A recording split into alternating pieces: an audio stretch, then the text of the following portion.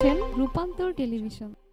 রাজধানী ডেমরায় BNP chairperson Begum Khaleda জিয়ার সুস্থতা কামনা করে দোয়া এবং তারেক রহমানের নির্দেশে অসহায়গ্রস্ত শীতার্থ মানুষের মাঝে শীতবস্ত্র বিতরণ করেছে ৬৬ নং ওয়ার্ড বামুল ইউনিট বিএনপি। উক্ত অনুষ্ঠানে বিশেষ অতিথি হিসেবে বক্তব্য রাখেন ডেমরা থানার বিএনপির সাধারণ সম্পাদক পদপ্রার্থী জনাব মোহাম্মদ আনিসুজ্জামান।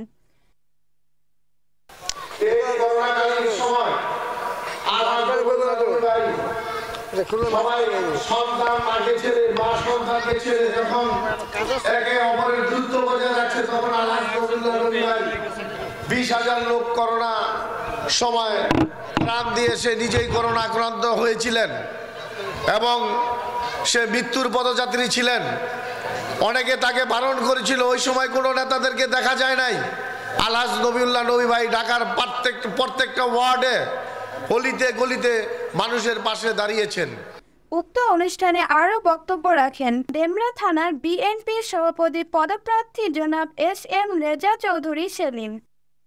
এই আন্দোলন সংগ্রামের সকল পথ মতকে একটা কেন্দ্রবিন্দুতে এনে স্বৈরাচার বিরোধী আন্দোলনকে ছাত্র জনতার আন্দোলনকে উনি সফল করেছিলেন।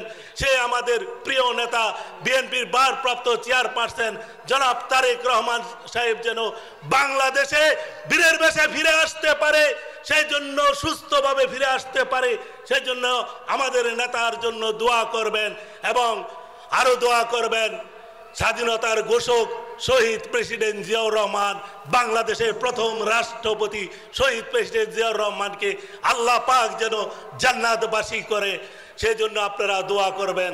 প্রধান অতিথি হিসেবে উপস্থিত ছিলেন সাবেক সিনিয়র যুগ্ম আহ্বায়ক ঢাকা মহানগর দক্ষিণ বিএনপি ও প্রধান সমন্বয়ক সংসদীয় আসন ঢাকা ৫ আলহাজ নবিউল্লাহ নবী। বিগত আওয়ামী লীগ সরকার এদেশের মানুষের ভাগ্যের পরিবর্তন দূরের কথা, বিগত স্বৈরাচারী সরকার আমলে সে আওয়ামী লীগের দোসররা এদেশের ভাগ্যকে, এদেশের মানুষের ভাগ্যকে ছিনিয়ে নিয়েছিল। এদেশের মানুষের ভাগ্যের পরিবর্তন হয় নাই, পরিবর্তন হয়েছে সে আওয়ামী লীগের সন্ত্রাস নৈরাজ্য বাহিনীদের। তারা এদেশে যেভাবে দুঃশাসন চালিয়েছিল, এদেশের মানুষের নিপীড়ন নির্যাতন করে আসছিল এবং এদেশের মানুষের সাধারণ মানুষের প্রত্যেকটা দ্রব্য মূল্য ক্রয় ক্ষমতার বাইরে চলে গিয়েছিল। কাজে সে আওয়ামী লীগ এদেশের জনগণের দল নয়, আওয়ামী লীগ ছিল একটা লুটপাটের দল। আমি আর বিশেষ কিছু বলতে চাই না। আজকে আপনাদেরকে আমরা এখানে কম্বল বিতরণের মধ্যে দিয়ে আমরা প্রমাণ করে আসছি, বিগত দিন করোনা মহামারী তো আমরা প্রায় ২০-৩০ হাজার লোককে আপনাদের দুর্যোগ মুহূর্তে আমরা অর্থ বস্ত্র বিতরণ করেছি।